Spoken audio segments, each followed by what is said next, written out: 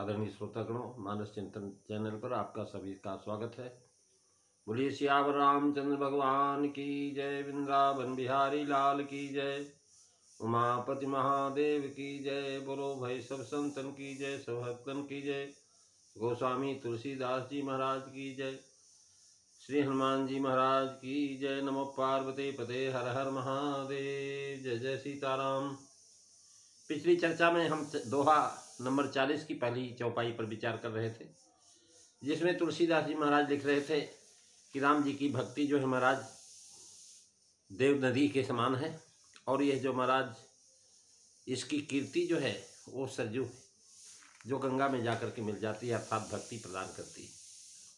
आज हम जो है दोहा नंबर 40 की दूसरी चौपाई पर विचार करेंगे, जिसमें तुलसीदास जी महाराज लिखते हैं कि सानुज राम समर जस पावन, मिलऊ महानद सोन सुहावन, जुग जुग भी भगति देव धुनि धारा, असोहत सहित सुबिरति विचारा, मंगल भवनो अमंगल हारी, रबऊ सुदशरथो अजीर बिहारी, श्री राम जय राम जय जय राम, श्री राम जय राम जय जय राम। महाराज अपने भैया लक्ष्मण के सहित श्री राम जी का पवित्र यश जो युद्ध में हुआ, वही मानो सुंदर महानद सोन है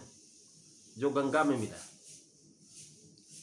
यानी जो है मारी सुबाहु का जो है अंत हुआ और कोई समर सानुज नहीं हुआ। विराट को श्री राम जी ने अकेले मारा। सानुज यहाँ केवल लक्ष्मण जी का ग्रहण होना, क्योंकि समर में और कोई भाई साथ नहीं थे, केवल जो है लक्ष्मण जी थे। और महाराज जो है इन्होंने विश्वामित्र के यज्ञ में सारे राक्षसों का विनाश किया था। लक्ष्मण जी का वनचरित सोन है, वो जो वनवास में जाते हैं तो वो सोन नदी के समान, सोन नद के समान है। और रामचंद्र जी का यश महानद गंडकी है। वे सानुज राम समर का अर्थ है रामचंद्र जी और लक्ष्मण जी दोनों का एक साथ जहां समर यश है, ऐसा नहीं करते। इसका कारण वे कहते हैं कि यहाँ मूल में उपमेय दो यश कहा है, एक लक्ष्मण का और दूसरा राम का। और उपमान एक सोन कहने से साहित्य के अनुसार विरोध पड़ता है। सोन और महानद आमने सामने से आकर के गंगा में मिलते हैं।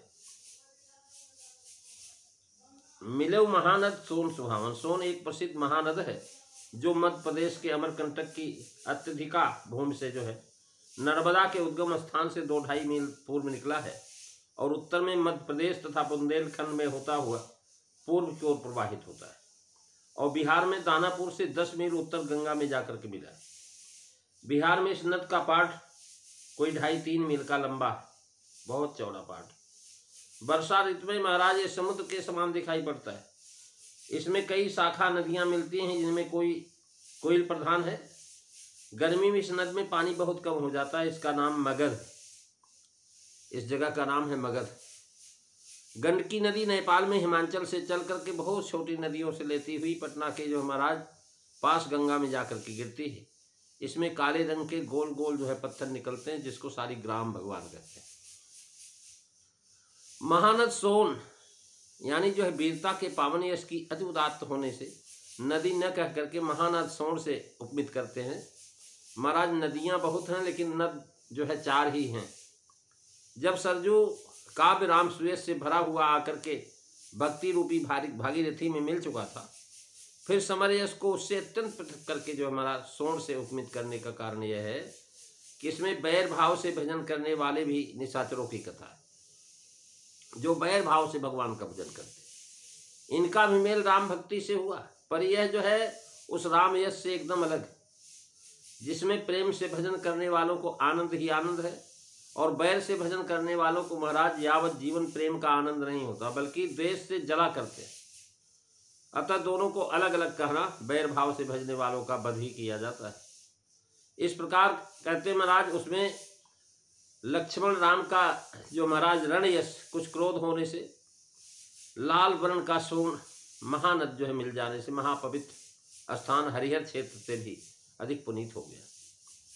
सोन की धारा बड़ी तेज और भयावनी लगती, वैसे ही समर बड़ा भयावन है। जैसे सोन नदी से मगध सी अपवित्र भूमि पवित्र हो गई, वैसे ही यद्यप समर देखने में बड़ा भयानक है, फिर भी समर में राक्षसों की मुक्ति हुई। इस तरह से सोनभद्र और समरयश की एकता हुई। मानस परिचारक लिखते हैं कि जुग बीज बे भगति देवधुनि धारा, असोहत सहित सुबिरति विचारा। महाराज सोन और सरजू दोनों के बीच में गंगा जी की धारा कैसी सुहावनी लगती है।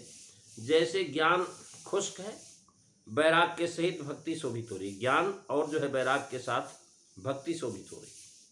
यहाँ विचार ज्ञान का वाचक है, सरजू बीरती है और सोनभद्र ज्ञान है, गंगा भक्ति है। जैसे सरयू और सोनभद्र के बीच में गंगा, वैसे ज्ञान और बैराग के बीच में भक्ति है। ऐसे कहने का भाव यह है कि कीर्ति सुनने से बैराग होता है भगवान, समरयश सुनने से ज्ञान होता है। अतएव लंका कांड जो है बैराग विज्ञान संपादनी नाम का जो है खंड सोपान माना गया है। ज्ञान बैराग में भक्ति की शोभा है। इसी से महाराज इसको तीनों को कहा गया है कि हाँ महाराज भक्ति ज्ञान विराग युक्त। कह रहे महाराज कहीं भगति भगवंत की संयुत ज्ञान विराग।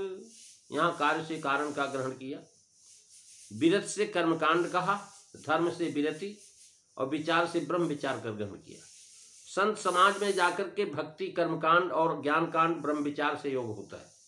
ब्रह्म विचार का सरस्वती की भांति जो है अत्यंत प्रवाह अंतः प्रवाह रहता दिखाई नहीं पड़ता है, और कर्म तथा भक्ति प्रत्यक्ष दृष्टिगोचर होते हैं।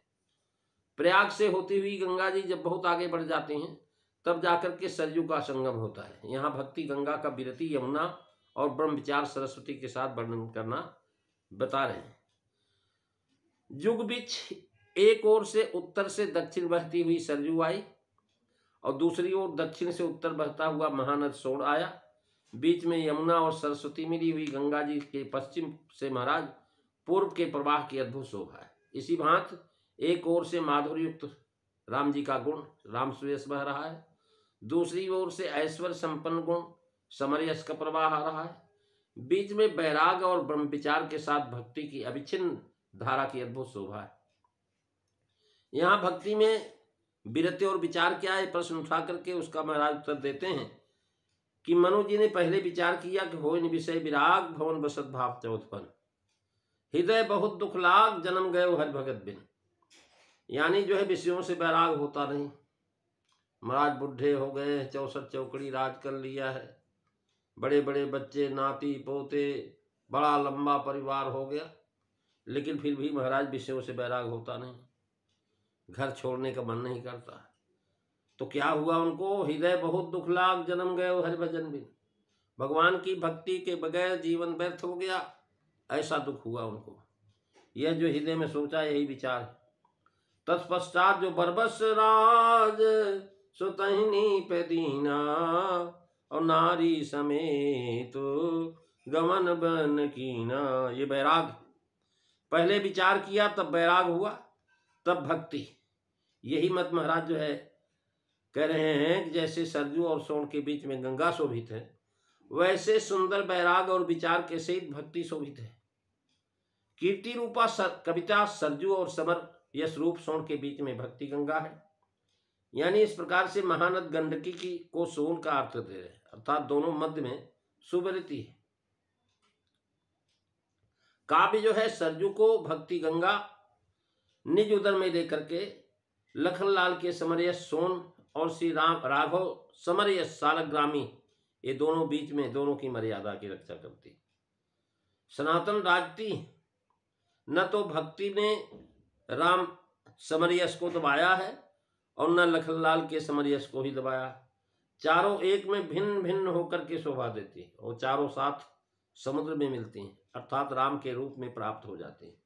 ऐसे ज्ञान कर्म भक्ति सब मिलकर के राम जी की भक्ति में जाकर के मिल जाते हैं। इसकी चर्चा अगली जो है आप अगली कथा में सुनेंगे।